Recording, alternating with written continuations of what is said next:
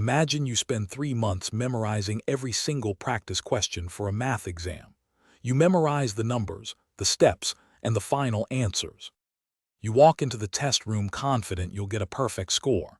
But when you flip the exam paper over, you freeze. Concepts are exactly the same, but the numbers and the scenarios have changed. You panic, you guess, and you fail. You didn't actually learn the rules of mathematics. You simply memorized the past. This is the exact trap that dooms artificial intelligence. It is called overfitting, and alongside its counterpart, underfitting, it represents the single greatest hurdle to building machine learning systems that actually work in the real world. Today, we are demystifying the fundamental tug-of-war in machine learning, the balance between overfitting and underfitting. Whether you are training a simple linear regression model or deploying a deep neural network, this is the challenge you must master. If your model is too simple, it misses the pattern entirely. If it is too complex, it mistakes noise for signal and crumbles when it encounters new data. In this video, we will break down the math of the bias-variance trade-off, analyze the shapes of their error curves, and explore the practical tools used by industry professionals. L1 and L2 regularization, dropout, and cross-validation. To understand model failures, we must look at how they learn. When we train a machine learning model, we feed it historical data, and it tries to find a mathematical function mapping input features to the correct output target. If we make the model too simple, we get underfitting.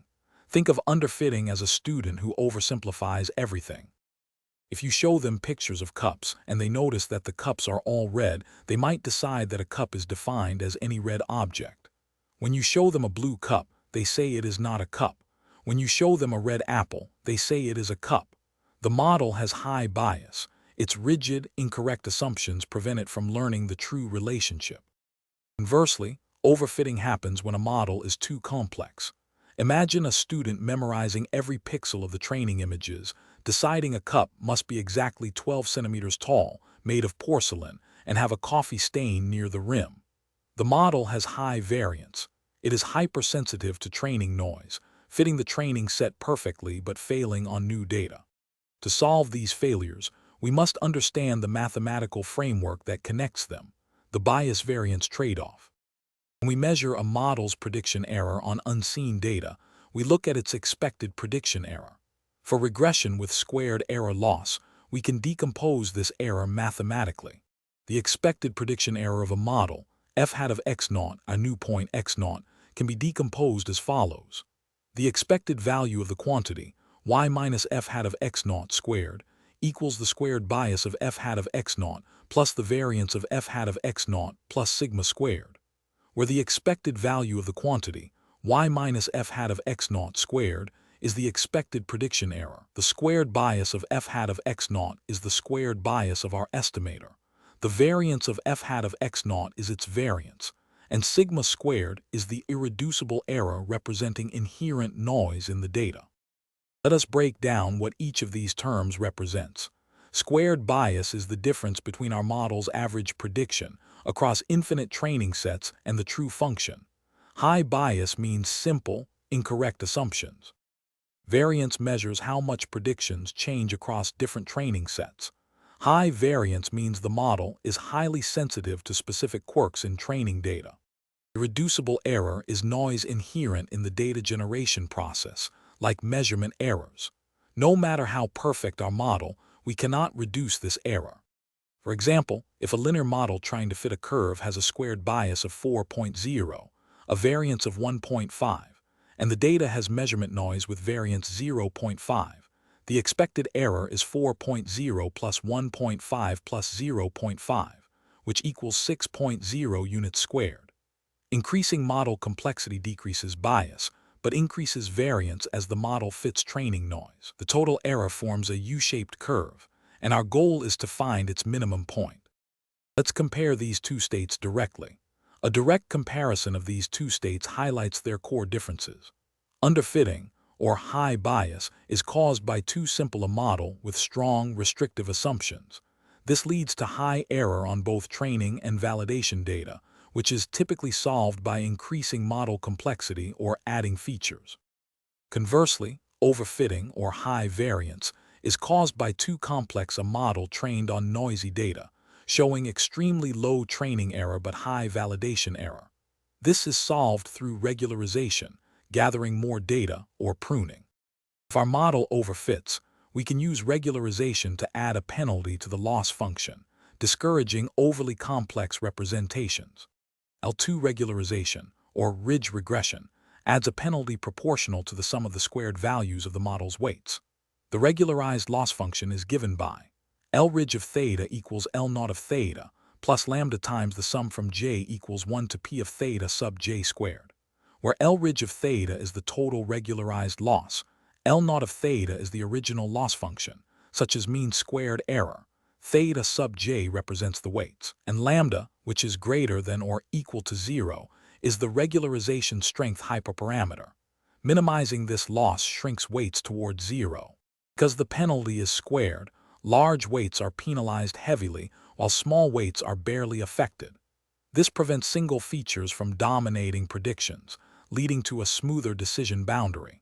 For example, suppose our unregularized loss is 1.2.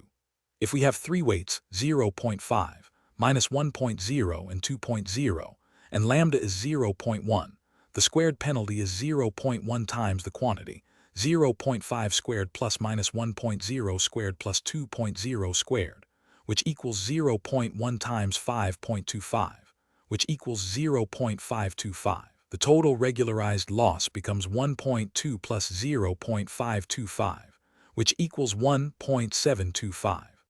L1 regularization, or lasso regression, adds a penalty proportional to the sum of the absolute values of the weights.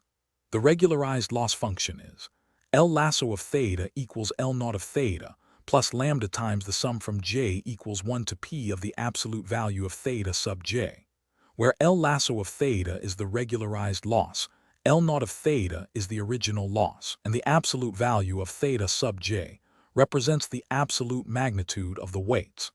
Due to the absolute value function's sharp geometry at 0, lasso can shrink weights to exactly 0.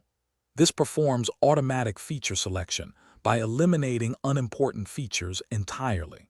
Using the same weights and lambda of 0.1, the lasso penalty is 0.1 times the quantity, the absolute value of 0.5, plus the absolute value of minus 1.0, plus the absolute value of 2.0, which equals 0.1 times 3.5, which equals 0.35. The total loss becomes 1.2 plus 0.35, which equals 1.55.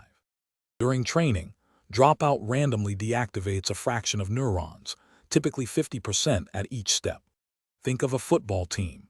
If the quarterback always passes to one superstar receiver, the offense is predictable. If that star is injured, the team fails. Forcing players to sit out during practice makes others step up. Dropout does the same. It prevents neuron co-adaptation, forcing robust, redundant representations. Regularization works wonders, but only if we set the regularization strength, lambda, to the correct value. Too small, we overfit. Too large, we underfit. To find the optimal lambda, we use cross-validation. Tuning lambda directly on test data leaks information, causing us to overfit to the test set. K-fold cross-validation solves this. Here is how it works. First, we split the data into k-equal folds, typically 5 or 10. Second, we use the first fold for validation and train the model on the remaining folds. Third, we measure the validation error. Fourth, we repeat this k times, rotating the validation fold. Finally, we average the validation errors to estimate performance. By repeating this process for different values of lambda, we can select the value that yields the lowest average validation error.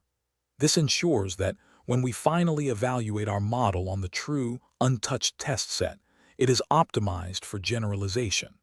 Overfitting and underfitting are the core challenges of machine learning. Balancing bias and variance is the difference between production failure and real-world success.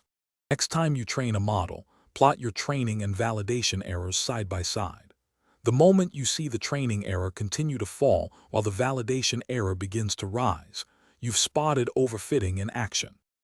Pull out L1 or L2 regularization, Apply dropout if you are using neural networks, and use cross-validation to tune your parameters. If you found this video helpful, please hit the like button, subscribe for more deep dives, and share your machine learning experiences in the comments below. Thank you for watching and see you next time.